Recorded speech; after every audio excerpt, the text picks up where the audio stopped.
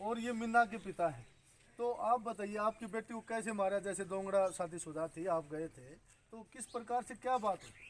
Sir उन्होंने रात को मार के लटकाया और एक पैर मेज के ऊपर रखा हुआ है और एक नीचे है, वो पैर मुड़िया हुआ है और मार करके रात को ये कहीं गए हैं। उसके बाद में गांव वाले ये बता रहे हैं कि भाई वो थे नहीं, बाकी सारा परिवार तितर बितर वहीं के वहीं था। गांव के अंदर जो सरपंच था उसने मेरे को ऊपर प्रेशर दिया कि भाई इसको उतारो और दाह संस्कार करने के बाद में जो कार्रवाई करेंगे वो बाद में कर लेना। तो मेरे पर ज़्यादा प्रेशर आया तो मैंने मेरे साथ गया था भाई जगदेव, इसके पास फ़ोन किया। गांव से 10-15 आदमी आए। उसके बाद में गांव के आदमी इतर बितर हुए और ना ही राम रतन या उसका कोई भी परिवार का आदमी जब मिन्ना उतारी है वहाँ कोई नहीं आया, ना वहाँ था। बाकी ओम प्रकाश सरपंच था, वही मौजूद था और हर जगह उसी का सहयोग रहा है। रात को हम 9:30 बजे आए हैं, तब तक भी वहाँ कोई नहीं आया, ना ही लाश लेने के लिए आया। बाकी राम रतन का बड़ा भाई है, उसने हाथ जोड़कर गांव की पंचायत के हिसाब से मेरे गांव के वालों ने सहमति से वो लाश उन्हें दे दी और दाह संस्कार पर भी कोई नहीं आया। उसके दाह बाद में संस्कार पर उसका जो आपका दामाद था, लड़की को शादीशुदा था, वो भी दाह संस्कार कोई नहीं पर आया उसका पिता भी? कोई भी नहीं आया जी। उसके पिता वो उसका ताऊ है, वही लाश को लेकर के गया। मेरे गांव की सम्मति से सभी ने उन्होंने बताया भाई यहाँ गांव के अंदर अच्छा नहीं है। देखिए ये साफ रूप से दिख रहा है, ये संदिग्ध है, क्योंकि वो डर के मारे दाह संस्कार में भी शामिल नहीं हुए, ये बड़े सक्के दायरे मारे है। तो इससे स्पष्ट लग रहा है कि इसमें दाल में काला है। उसके बाद में जी गांव के अंदर कभी कोई जाट आता है, कोई ब्राह्मण आता है, कभी कोई आता है भाई राजीनामा कर लो ना, बाकी कहानी पता नहीं क्या हो जाएगी। ये मेरे गांव के पड़ोसी भाई हैं, इन्हीं के पास में बैठ करके जा रहे हैं। बाकी मेरे को बार बार में धमकी दे रहे हैं और कनीना थाना के अंदर भी मैं पर्ची दे के आया, एप्लीकेशन लगा के आया जी, मेरे को बार बार में धमकी दे रहे हैं। बाकी प्रशासन कुछ नहीं कर रहा, आपकी कोई सुनवाई नहीं? कोई नहीं कर रहा।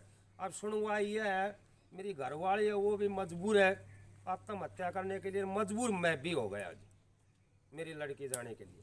प्रशासन कोई कार्रवाई की नहीं है। उसके बाद में प्रशासन ही जिम्मेवार होगा हमारा दोनों का। प्रशासन कोई कार्रवाई नहीं करता नहीं है, तो आप आगे क्या कदम उठाएंगे? हमने 4 जगह एप्लीकेशन भी लगा दी हैं, एसपी के भी लगा दिए हैं, आईजी के भी लगा दी, महिला आयोग में भी लगा दी रेवाड़ी जी, और कनीना मजिस्ट्रेट के भी लगा दी आगे और कोई जगह कोई सुनवाई नहीं और कर कहाँ रखी। लगाई? एक ये हाई कोर्ट के अंदर लगा रखी मजिस्ट्रेट के जी, महिला आयोग में भी लगा रखी है। बाकी प्रशासन कोई कितने सुनवाई दिन नहीं हो कर गए रहा। हैं मामले को? कितनी तारीख का मामला है? 12/9 का मामला है जी, 12 सितंबर 2021 का मामला है। जी हाँ। और आज तक कोई कार्रवाई नहीं? कोई कार्रवाई नहीं कर रही। कितने अरेस्ट हुए हैं इस मामले में? एक करके दिखाया जी, बाकी 5 आदमी और बाहर हैं। एक कौन गिरफ्तार हुआ है इसमें? वो रविंद्र उनका लड़का है, वो गिरफ्तार हुआ है जी। रविंद्र? जी हाँ। बाकी कोई कार्रवाई नहीं हो रही और हम मजबूर हो गए अब आत्महत्या करने के लिए। हाँ जी, आप भी उस दिन साथ गए थे और आपको क्या देखा था, थोड़ा बताओ। आप बता दो, आप भी गए थे साथ? हमें साथ गए। हाँ जी बताओ आप। तो हमने देखा था वो लटकाई हुई थी। हाँ जी, तो क्या लग रहा था आपको? वो लटका मार के लटकाई हुई थी। मार क्लियर- करके? बिल्कुल क्लियर हो रखा है। ये मन गढ़ंत घटना बना के लटका के हाँ, लटकाया। बिल्कुल पहले साजिश के तहत लटकाई गई। जैसे वो फोटो देखी गई है, मेज के ऊपर पैर, एक पैर मोड़ रखा है, एक नीचे लटका रखा है, तो इससे स्पष्ट हो रहा है कि लटकाई गई। हाँ बिल्कुल स्पष्ट है। हाथ भी लाल हो रहे हैं। बिल्कुल लटका के पहले मार गई है, फिर लटकाई गई है। तो गांव के लोग दाह संस्कार में शेड़ंग से ज्यादा थे या दोंगड़ा जाट से? शेड़ंग के आदमी साथ है। शेड़ंग के ज्यादा थे, दोंगड़ा जाट के कम थे। उसके परिवार के कितने आदमी थे दाह उसके संस्कार? परिवार का कोई आदमी नहीं था, एक था, वो बूढ़ा था बस। केवल एक आदमी एक था। आदमी। खातर भी नहीं तो पोस्टमार्टम हुआ कि नहीं हुआ? पोस्टमार्टम हुआ। पोस्टमार्टम उसमें क्या रिपोर्ट आई? पोस्टमार्टम रिपोर्ट तो डॉक्टर बताएगा, मेरे को तो इसको। सर उसके अंदर तो इतना हो गया, गांव के अंदर उसको कंधा देने वाला नहीं मिला।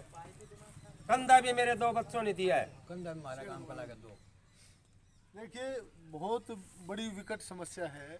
गांव में कंधा देने के लिए भी नहीं मिला। इतना बड़ा गांव है, बहुत बड़ा गांव है, उनका पूरा बड़ा परिवार है, लेकिन इस घटना को अंजाम देने के बाद वो लोग पुलिस से डरते रहे और कंधा देने तक और नहीं पहुंचे। लाश को भी अपने घर भी नहीं ले गए, उसके भाई के वो हम क्या बोलते हैं नोरा, उसके अंदर लाश उतारी है और वहां से मेरे बच्चों ने कंधा दिया है। उससे आगे मरने की सोचने के लिए हिम्मत क्या थी? गाड़ी भी ना मिली वो ने बच्ची ने जे खातर तो वो थानेदार ने बोले भैया थानेदार ने भी साहब ने ये बोला है कि भाई एक कलंक तो लगवा दिया, दूसरा कलंक और लगवाओ, क्या गाड़ी लेके आओ, गाड़ी नहीं मिली। जबकि मेरे गांव के अंदर से जो आदमी गए थे वो गाड़ी देने के लिए तैयार हो गए।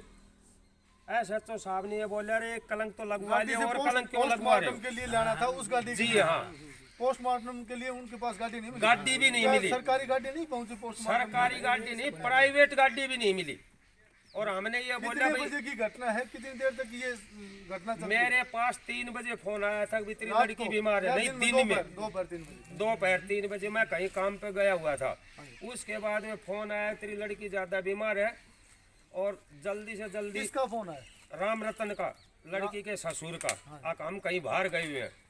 मैं गाड़ी ले करके वहाँ से गया तो रास्ते में मैंने फ़ोन किया है कि साहब कोई हॉस्पिटल बता दे, मैं वहीं चला जाऊँगा, आपके घर क्या करूँगा, मैं अपनी लड़की को कहीं दूसरी ले जाऊँगा जगह। बाकी बोला उन्होंने नहीं आप घर चले जाओ, जा कर के देख लेना। मैंने उसके बटेव के पास, दामाद के पास में फ़ोन किया, वो उसके साथ में रली मिली भगते उसके दामाद और उसकी बेटी की है मेन कहानी। आपको लग रहा है पहले कोई झगड़ा था, क्या था? वो अगर नमक लेके आती थी तो उसकी बेटी ला करके देती थी मेरी बेटी को। नहीं, इससे पहले घर में कोई झगड़ा हो रहा था, क्या था? इनका जो भी काम है इसकी बेटी और इसका जो दामाद करता है वही फाइनल होता है। और पहले भी थोड़ा बहुत हुआ है, उसके बाद में इसकी बेटी और दामाद और इसका बेटा और इसकी छोटी बेटी, इन्होंने सभी ने हाथ जोड़ करके माफी मांगी थी। नहीं, इससे पहले भी झगड़ा हुआ था? हाँ, हल्का सा हुआ था। अच्छा अच्छा, किस बात को लेकर झगड़ा हो रहा था? ये राम रतन है ना, ये गंदा आदमी है और उसकी हर चीज हमें बता दी। जब को मेरा बिचौला है सुंदरे का मास्टर अभय सिंह, मैंने उसको भी बताया। एक दोंगड़ा हीर से एक औरत है जो इन्होंने अपनी मुंह बोली बहन बना रखी, उसको भी बताया मैंने। और हाथ जोड़ करके जब मेरी बेटी को लेके गए थे। तो शादी को कितने समय हो गया था? शादी को 3.5 साल हुए हैं। 3.5 साल। अब ये दहेज भी मांग रहे हैं। बच्चे कितने? 2.25 साल का लड़का है। जबकि मैंने उसकी शादी के अंदर कम से कम भी 18-20 लाख रुपए लगाए। उसके जो बाकी ये पीछे ये हो गया था कोरोना बंद में, उसके अंदर छुच्छक में भी कम से कम 7 लाख रुपए लगाए मैंने। और फिर इनकी आंखें नहीं खुल रही। क्या दहेज की वो मांग कर रहे थे या दहेज अपने की आप मांग में? कर रहे थे। अब बाद में अगर भाई छुच्छक में तुमने गाड़ी नहीं दी, कभी उसका बोल रहा है मेरे को क्या चैन नहीं दिया। शादी में भी दहेज की मांग? शादी में दहेज की मांग नहीं की, लेकिन शादी में दहेज से पहले बिचौला ने बताया क्या क्या दे रहे हो। मैंने सब कुछ अपनी राजा मुराद से दिया। बुलेट मोटरसाइकिल दी, 2.5 लाख रुपए दिया, 5 जोड़ी झुमकी, 5 जोड़ी पजेब, सारे गांव के टिक्का और टोटल सामान हर चीज का दिया। हाँ जी, आप क्या कहना चाहेंगे? आप भी इस मामले में साथ गए हैं तो आपने देखा है। आप मैं जी इस मामले में साथ रहा हूँ और बहुत प्रशासन गूंगा बहरा अंधा बना हुआ है। प्रशासन ने हमारी बात कभी नहीं सुनी।